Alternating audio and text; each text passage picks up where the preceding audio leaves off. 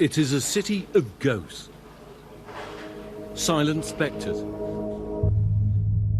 who walk these streets, pass through these walls, whispering the memories of a time before and the echoes of a people who once called this city home.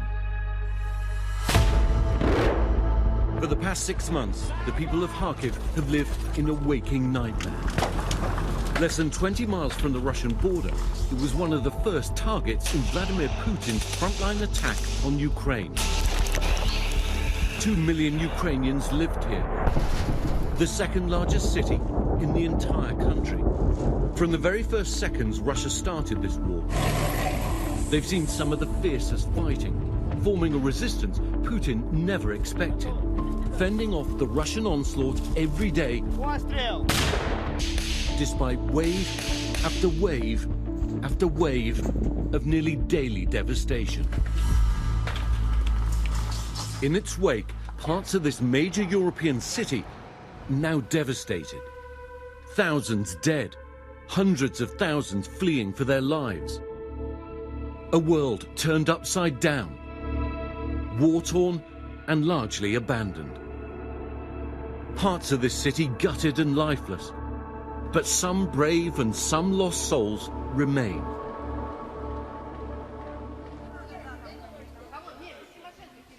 Kharkiv is one of the most consistently bombed cities across Ukraine. Almost every single day for the last 6 months, Russia has pummeled this place. And overwhelmingly, it hasn't been military targets that it's hit, but places like this.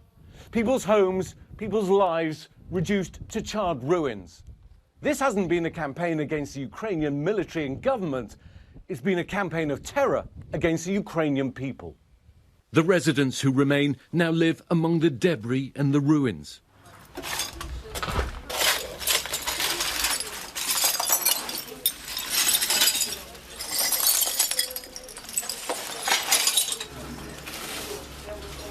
Tell me about the happy times here. Здесь зелено было, сейчас все позарастало, все в грязи. Here in Saltivka, on the northeastern outskirts of Kharkiv, amid rows and rows of old Soviet apartment buildings, Yuri and Helena try to pick up the pieces of their lives. Their apartment thick with soot and ash.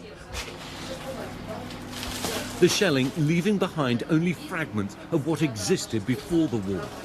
Do you feel angry about what's happened here and what's happened to your other home? Or just sad because of everything that you've lost?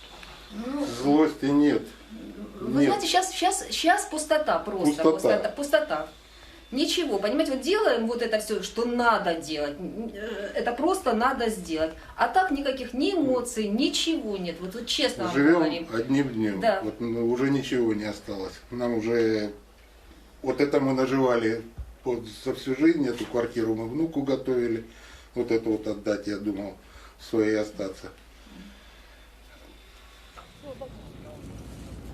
The trauma of seeing their beloved city laid low by Russia's ruthless onslaught still raw.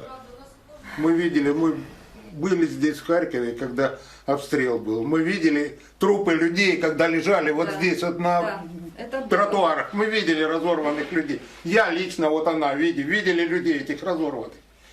Первые дни. Первые дни. Это мы просто... лично видели. Юр, успокойся только, не надо нервничать. И после этого они хотят, чтобы мы с ними дружили. Не будет этого, ну не будет этого.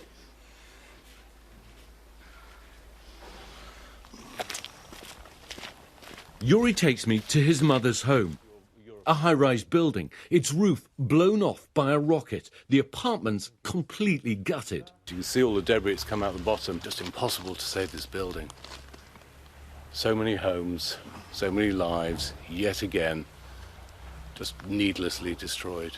For what?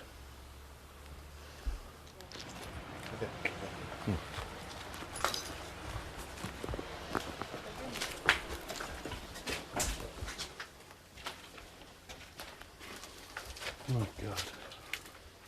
Back of the end.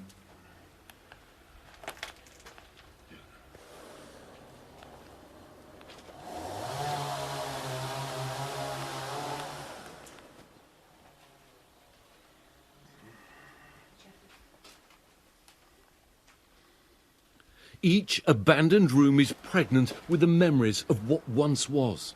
It's almost like the real life was suspended here the day the shells landed. Then everyone left.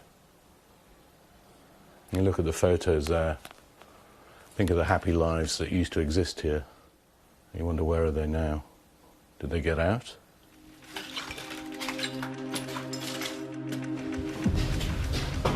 All the residents of Kharkiv have had to learn how to survive. Let's go one floor more. But when you see this, every single day, it's a struggle. First months, each call was emotional. Roman Kachanov isn't a soldier, but as a firefighter, he still needs to battle. He's a witness to Russia's campaign of terror. These aren't military sites. They're schools, homes, businesses, reduced to rubble by Russian artillery. There are no weapons here, just some machinery and printing, and the embers still smoulder. Every call is potentially harrowing, a constant fight to save the lives of his neighbours, his friends, his countrymen.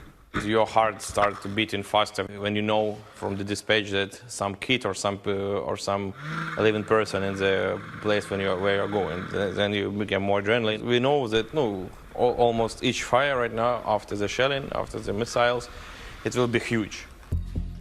Even in the face of the atrocity, Roman, like many here in Kharkiv, is unbound, unbroken, and unwilling to give another inch to Vladimir Putin without a fight.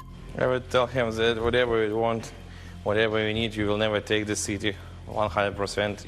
If even you will make a blitzkrieg again and doing something stupid and control something, just people of the city, or leave or just kick your ass again.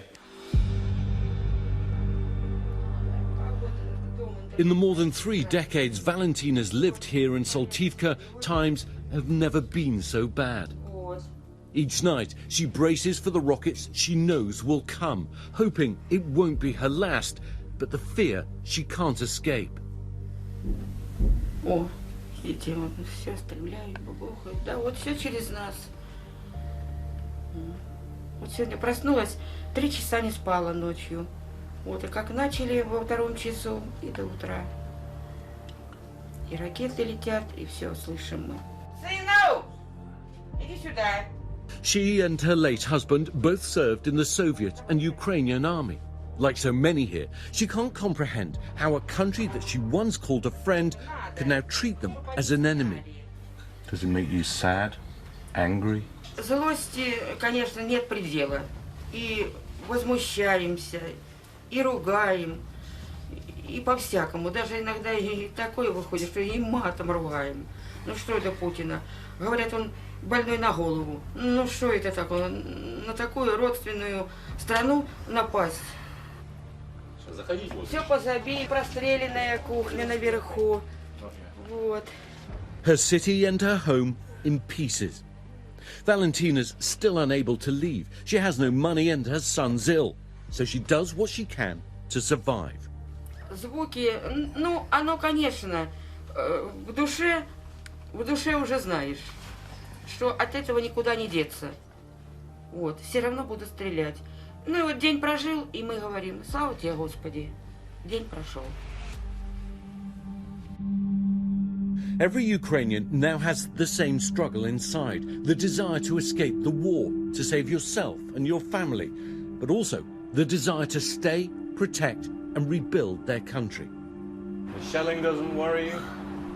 No. Я попал под обстрел и меня ранили в руку. Yuri Tinder is an architect. He knows this conflict all too well. He designed many of Kharkiv's buildings, including one that housed the largest and oldest technical university in eastern Ukraine, now completely destroyed. He mourns what remains of his life's work. As an architect, why does this matter so much? Они стреляли не по домам, не по конструкциям. Они стреляли в сердце человеческое. Они стреляли в судьбы человеческие. It must break your heart when you see this. Оно не разбивает мое сердце. Мне тяжело. Мое сердце не разбито. Моему сердцу очень тяжело смотреть на все это. И еще больно смотреть, больнее всего смотреть мне на людей, которые живут в этом доме, которые ходят с этим домом. Они живут в этом разрушенном доме. И мое сердце печалится о людях.